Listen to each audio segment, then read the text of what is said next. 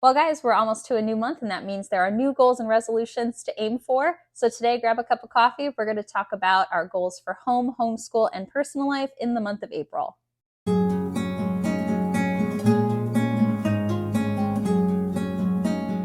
Hey guys, and welcome back to my Practically Imperfect Life. Today I just wanted to do a short video talking about kind of my goals and aims for the month of April. I don't know about you, but I'm a very goal-driven person. If I have a task list or a to-do list or even just like my goals written down, I am more likely to complete that thing or achieve that thing. There's just immense satisfaction of putting like a check mark in the box, like, hey, I did that. And it also helps me to just kind of hone in my focus. As a homeschooling mom, there's like so much, right, on our plate, so many different things that are pulling our attention. And to be able to say, okay, you know what, this month I'm just going to kind of hone in on that one, two, or three things, or however many. I don't know. I find it helpful. And I like to share the goals here because it also keeps me accountable because I've put it out there publicly what I'm working on, and then I have to tell you if I did it or not. So I thought I would start off with homeschooling. We are in our fourth quarter, and I know we can see the finish line. It's there. We're almost done.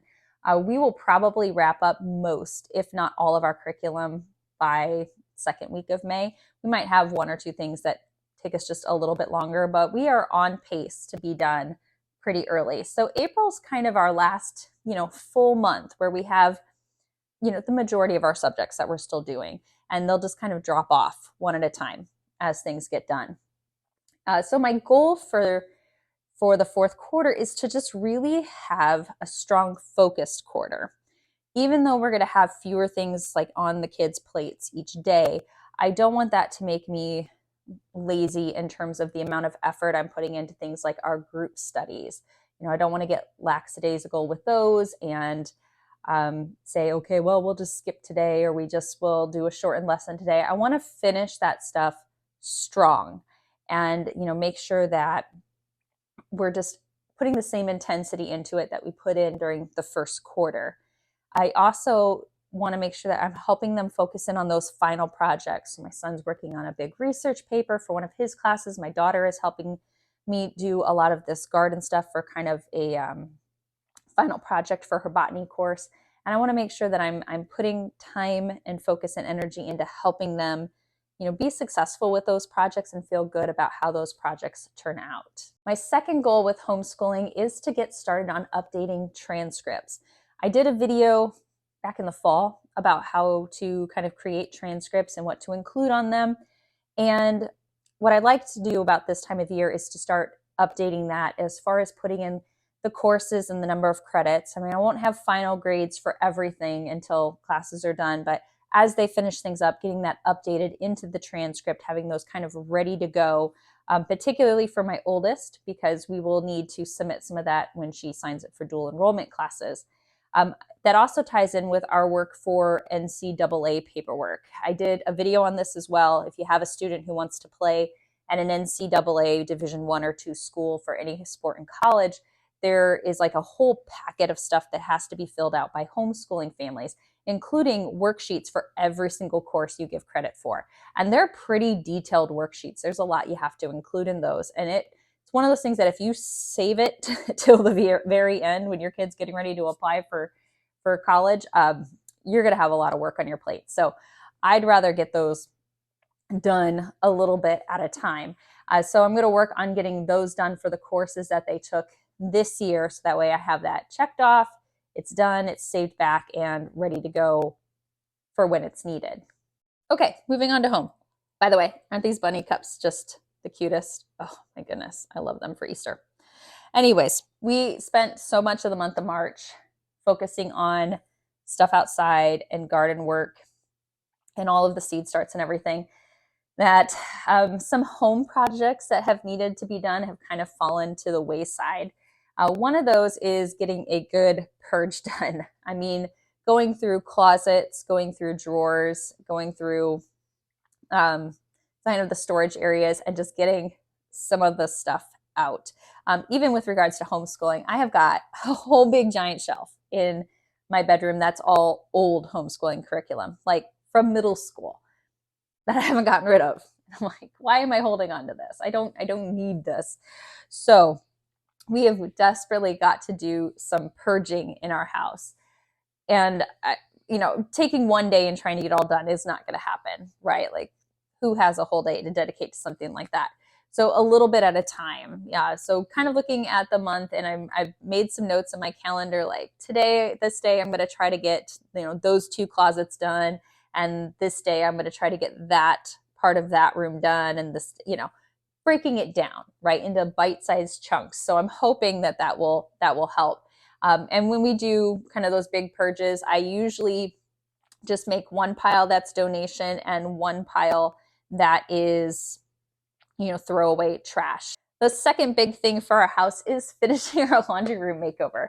So believe it or not, back in, I think it was September, it was Labor Day week, because my husband goes away the week of Labor Day every year. He's gone for the whole week for a national race event that he goes to, because he autocross races. And so he's gone the whole week. And that's usually when I go, I'm going to pick a room and I'm going to remodel it while he's gone. And then, surprise him when he gets back. And I had actually done our bedroom this past year, and I had a little time left over, and I thought, well, I'm going to start in the laundry room, because the laundry room had been bothering me. Dust collects in laundry rooms so bad. I don't know if you have this problem, but it doesn't matter like how often we clean up exhausts and how often we're cleaning off the dryers and the dryer vents and things like that. But dust gets everywhere in our laundry room all the time. And we had open shelves, and they were constantly coated with dust. I mean, I could clean them every week, and the next week they'd look awful. And there wasn't enough storage space, and it's not a big room. And I thought, this is just not working for me. Like, the storage space is poor, and the overall use of the room is poor. So I thought, well, I'm going to redo it. So I moved some things out. I took down the shelves that were on the wall, and I got the trim all painted, because the trim needed it really bad. And I thought, okay, well, the next day I'm going to turn around, I'm going to come back and I'll paint, and then I'll go on from there. Well, I don't even remember what happened, but I know we got distracted by something else. And so the trim is still painted in the laundry room, and not a single other thing has been done. Nothing. Don't have it painted. Haven't figured out what I'm going to do on the walls. Nothing. So I need to get that done, because our laundry room is in use every single day. And then the third home goal is actually to do a revamp of my craft room. So I do have a craft and sewing room, because I do a lot of quilting and sewing and embroidery work. I have a Cricut.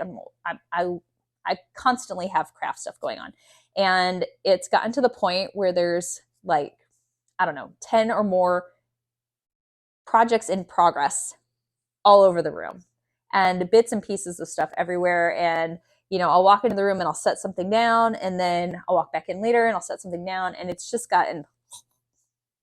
So I do really need to go through and do a thorough clean out in the craft room, and some just reorganizing to get it more user-friendly, purging some things that I know I'm never going to use. Like, I have a tendency to hoard craft supplies, like a death grip on them. Like, no, I can't possibly get rid of that. I might use it in 5 years for a project. Anyone else do that?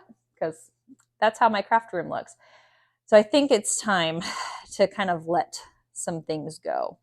Keep the things that I know I use, or that I will use most often, and just kind of get rid of the rest. I think I'll feel better about the space when I do that.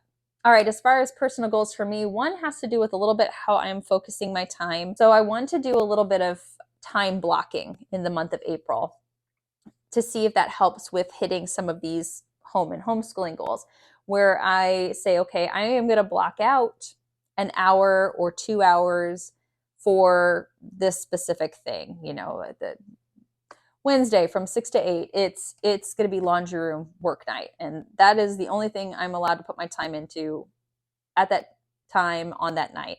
Things like that. Just kind of blocking out time, and just kind of forcing myself to say, like, that is the only thing I'm going to focus on during that particular block of time. I'm not going to do it with my whole day, because if I did that, I would never stick with it.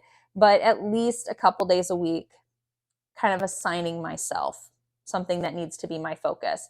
And again, because I'm very task list oriented, if I have that kind of in front of me and I'm checking the box off, I should be more likely to get it done.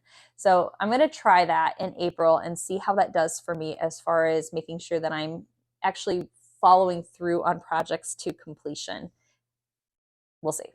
My second personal goal, and I guess this might be more of a family goal for April, would be to increase our family dinners together. We have very, very busy schedules in the winter with the kids playing basketball, practices on different times, games on different days, a lot of traveling, my work schedule and everything. There are very rare nights when we're all home at the same time for dinner during most of the winter months, from pretty much October until the end of February. And April is kind of that nice cushion month. We're not quite into full-on golf season yet. So the kids have their evenings pretty much free. And with the exception of like the evenings that I work my nursing job, I should be pretty much free. And so I want to make sure that we are utilizing that time to really have those, good sit down family dinners. I don't have to plan like a 5-course meal, but at least taking advantage of the fact that we're all home at the same time.